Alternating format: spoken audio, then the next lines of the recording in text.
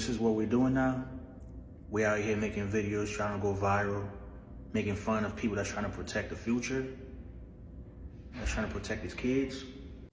This classroom teacher has gone viral for creating a song that teaches children how to protect their private parts. These are my private parts, private parts, private parts. These are my private parts. No one should touch them. No one should squeeze them. And if you touch my private parts, private parts, private parts. And if you touch my private parts, I will tell my mother. I will tell my father. I will tell my teacher. I'm here to apologize for the teacher video I recently posted on TikTok. And when black people say they're sick and tired of being sick and tired, just believe them. Because honestly, what in the mockery is going on here? You know when people say there will always be a white person in your business? I think Natalie Reynolds is that girl. She is always in black people's businesses, like for worse. There's a time she made a video mocking black women how they talk. There's a time she wore braids and she was mocking how black women be like when they do braids. And anything literally that has to do with black people, she will always come out and have a version of hers that's extremely disrespectful.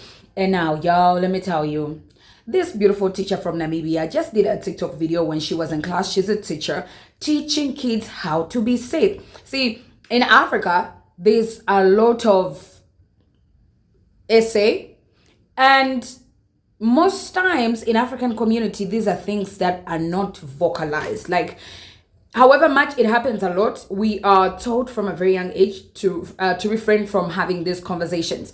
But we are living in a generation where people are like, we need to talk about these things, in our kids, most especially because they can't defend themselves. We need to teach them good touch and bad touch. And that is exactly what the teacher was doing. So many people loved the video. They shared. It has gone viral. It's nearly 100 million views on TikTok.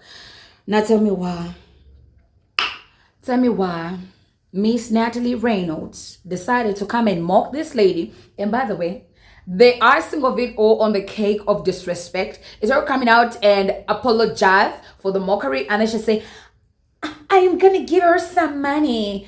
You know, like, These are my private parts, private parts, private parts. These are my private parts. No one should touch them. No one should squeeze them. And if you touch my private parts, private parts, private parts. And if you touch my private parts, I will tell my mother. I will tell my father.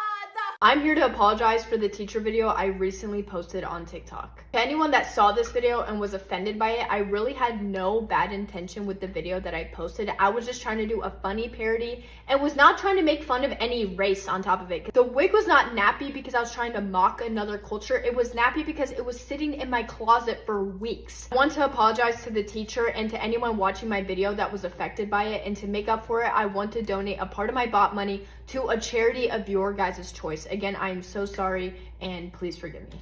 Did you see Natalie Reynolds' apology video to the teacher?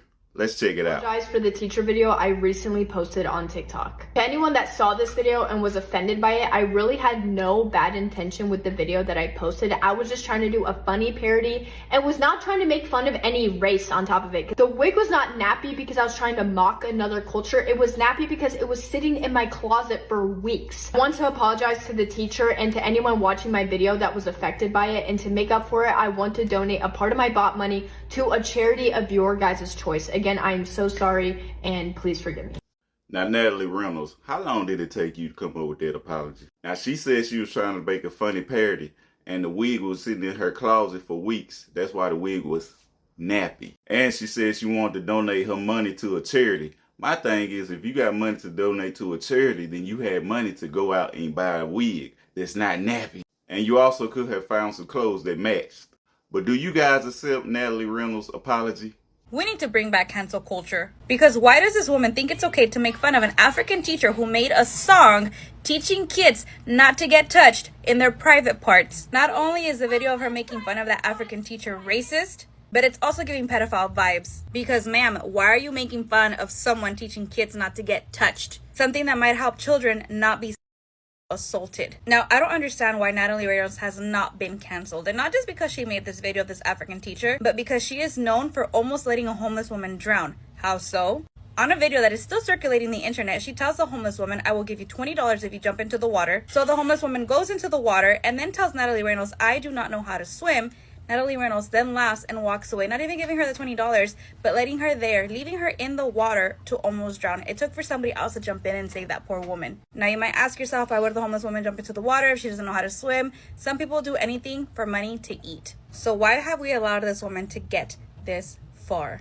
Natalie Reynolds' full platform is all about rage bait, and she has no limits onto what she's capable of doing. So why have we not canceled her? Freedom of speech does not mean freedom of consequences. And this video of her making fun of the African teacher singing the "These Are My Private Parts" song should be the final straw.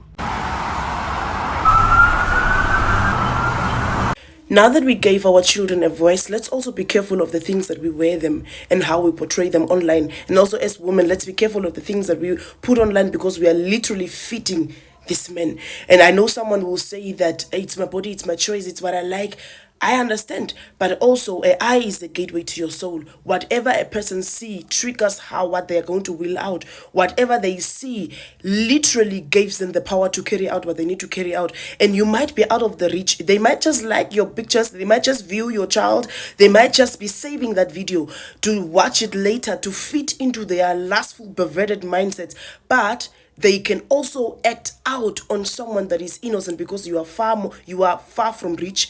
If they cannot reach you, they will reach an innocent child that is vulnerable. So everything that a person act out is triggered by what the person has seen.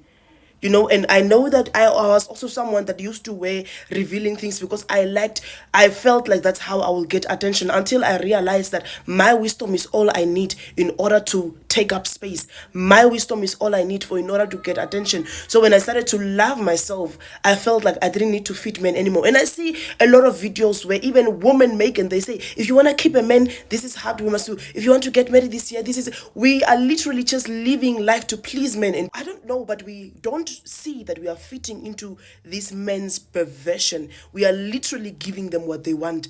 You are enough on your own. You are enough to fill up a space on your own. You are enough. And it starts with self-love.